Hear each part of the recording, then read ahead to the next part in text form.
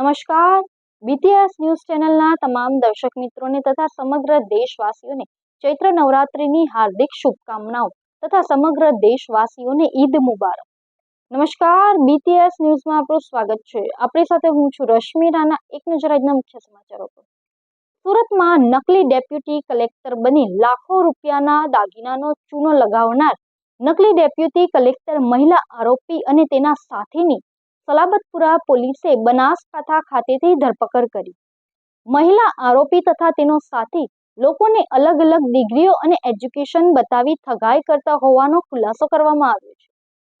સુરતમાં અવારનવાર ઠગાઈ છેતરપિંડીના અનેક કિસ્સાઓ પ્રકાશમાં આવતા હોય છે, ત્યારે સુરતમાં નકલી ડેપ્યુટી કલેક્ટર બની લોકો સાથે ઠગાઈ કરી હોવાનો કિસ્સો સામે આવ્યો છે.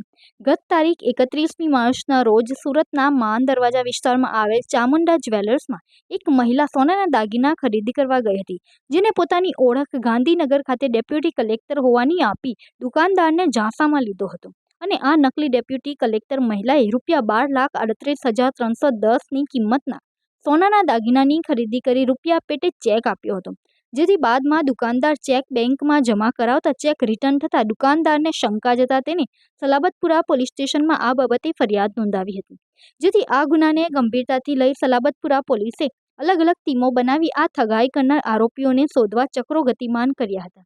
જે દરમિયાન બનાસકાંઠા જિલ્લાના અંબાજી ખાતેથી સલાબતપુરા પોલીસે ઠગાઈ કરનાર નકલી ડેપ્યુટી કલેક્ટર મહિલા હેતલ સંજયભાઈ પટેલ તથા તેના સાથે લિવિંગ રિલેશનશીપમાં રહેતા જીતેન્દ્ર પટેલની ધરપકડ કરી હતી.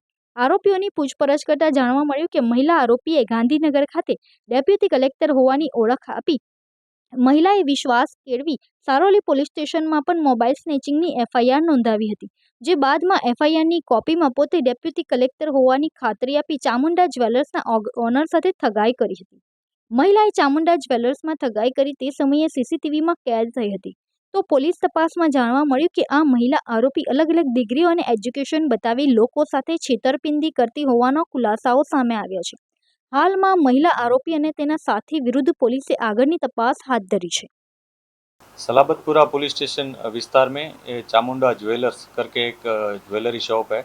उस शॉप के मालिक ने आके इस तरह की एफआईआर एक दर्ज करवाई है, जिसमें उन्होंने बताया कि एक व्यक्ति जिसका नाम हेतलबेन संजय भाई पटेल है, उसने खुद की पहचान एक डिप्टी कलेक्टर के तौर पे दिया था और वो डिप्टी कलेक्टर के तौर पे गांधीनगर में कार्यरत है, इस तरह की पहचान दिखाई थी। और बाद में उन्होंने उसको एक एफआईआर दिखाई थी, जो एफआईआर उन्होंने अगले दिन मतलब पिछली तारीख को सारोली पुलिस स्टेशन में दर्ज करवाई थी, जिसमें उन्होंने बताया था कि उनका एक मोबाइल स्नैच हो चुका है और उसमें भी अपनी पहचान उसने डिप्टी कलेक्टर के तौर पे दिखाई थी। ये एफआईआर की कॉपी ज्वेलर को दिखा के उसको भरोसे में लिया था और बाद में उनसे 12.5 लाख की कीमत की ज्वेलरी उन्होंने ले ली थी और वो ज्वेलरी लेकर उसको व्यापारी को चेक दिए थे। जो चेक रिटर्न होते ही व्यापारी को शक गया था और उसने आके पुलिस थाने में एफआईआर दर्ज करवाई थी। पुलिस ने इस बनाव के अनुसंधान में टीमें बनाई थी और टीम बना के अलग अलग टीम के साथ इस जो और टेक्निकल इन्फॉर्मेशन और जो हमारे बातमीदार होते हैं उनकी इन्फॉर्मेशन के साथ हमने इन आरोपी की पहचान करने के लिए और उसकी धरपकड़ करने के लिए कोशिश की थी। इस दौरान पुलिस को इन्फॉर्मेशन मिली थी। पुलिस ने बनासकांठा में जाके उनसे बात की थी। जो 2 लोग उसके साथ एक और भी था, जिसका नाम जितेंद्र सिंगराम भाई पटेल है, वो भी उसके साथ ही मिला हुआ है। इन दोनों की पुलिस ने बाद में धरपकड़ की है। दोनों ने मिलके करीबन 12.5 लाख की ज्वेलरी बेच दी थी, जो ज्वेलर शॉप के पास मिली थी। उसमें से उन्होंने एक गाड़ी खरीदी थी और बाकी के कैश जो अमाउंट है उसको रिकवर करने के लिए पुलिस अभी कार्यवाही कर रही है। जितेंद्र का महिला के साथ क्या संबंध है? ये जो जितेंद्र है वो करीबन 12 महीने से इस महिला को पहचानता है, उसके साथ लिव इन में रहता है और वो भी उसके साथ ही मिला हुआ है। इस तरह की अभी इंफॉर्मेशन पुलिस के पास है। ये महिला पहले भी तापी जिले के व्यारा पुलिस स्टेशन में 3 अलग अलग गुना में अरेस्ट हो चुकी है, जिसमें 2015, 16 और 17 में उसके गुना रजिस्टर हुए थे।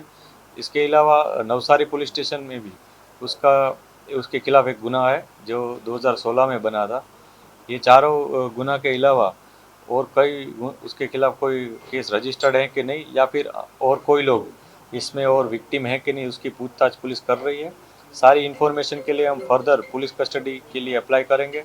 और इसके अलावा इसने अपना कोई आई कार्ड बनाया है या फिर और कोई फर्जी डॉक्यूमेंट बनाया कि नहीं, उसकी जांच के लिए हम फर्दर पुलिस कस्टडी के लिए अप्लाई करने वाले हैं। पुलिस जो पहले मामले दर्ज हुए वो किस तरह के मामले हैं इसके खिलाफ?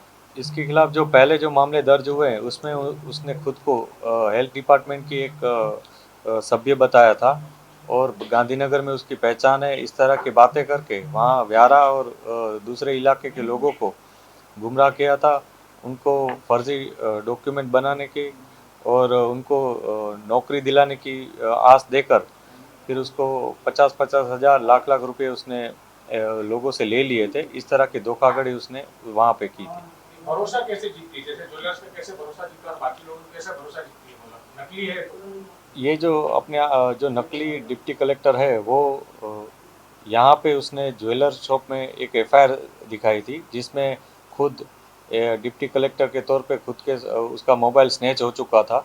उस तरह की एक एफआईआर देखकर ज्वेलर शॉप के मालिक को अपने भरोसे में ले लिया था। मतलब पुलिस ने भी नहीं समझ पाई, पुलिस भी उसे डेप्टी कलेक्टर समझ लीजिए एफआईआर दिखाई। पुलिस के पास उसने आके तुरंत ही एफआईआर दर्ज करवाई थी सारौली में कि मेरा मोबाइल स्नैच हो चुका है। और जो आपाधापी में जो मोबाइल स्नैच हुआ है उसमें उसने तुरंत खुद डिप्टी कलेक्टर है और यहाँ पे ऑफिशियल काम से आई हुई है, इस तरह की बातें बताकर और उसका फ़ोन अर्जेंट मिल जाना ज़रूरी है, इस तरह का पुलिस को भरोसा दिलाकर तुरंत एफआईआर दर्ज करवाई थी। अच्छा, इसकी जो थार वगैरह बुक करवाया था, क्या था पूरा मामला? इस महिला ने ये जो ज्वेलर शॉप की धोखाधड़ी के बाद जो पैसे मिले थे, उन पैसों से वो थार बुक करवाने गई थी। वहाँ पे उसने चेक भी दिए थे, लेकिन चेक रिटर्न होते ही जो थार कंपनी के जो ओनर हैं, जो नानावटी मोटर्स वाले हैं, उन्होंने उसको कोई डिलीवरी नहीं दी थी कार की।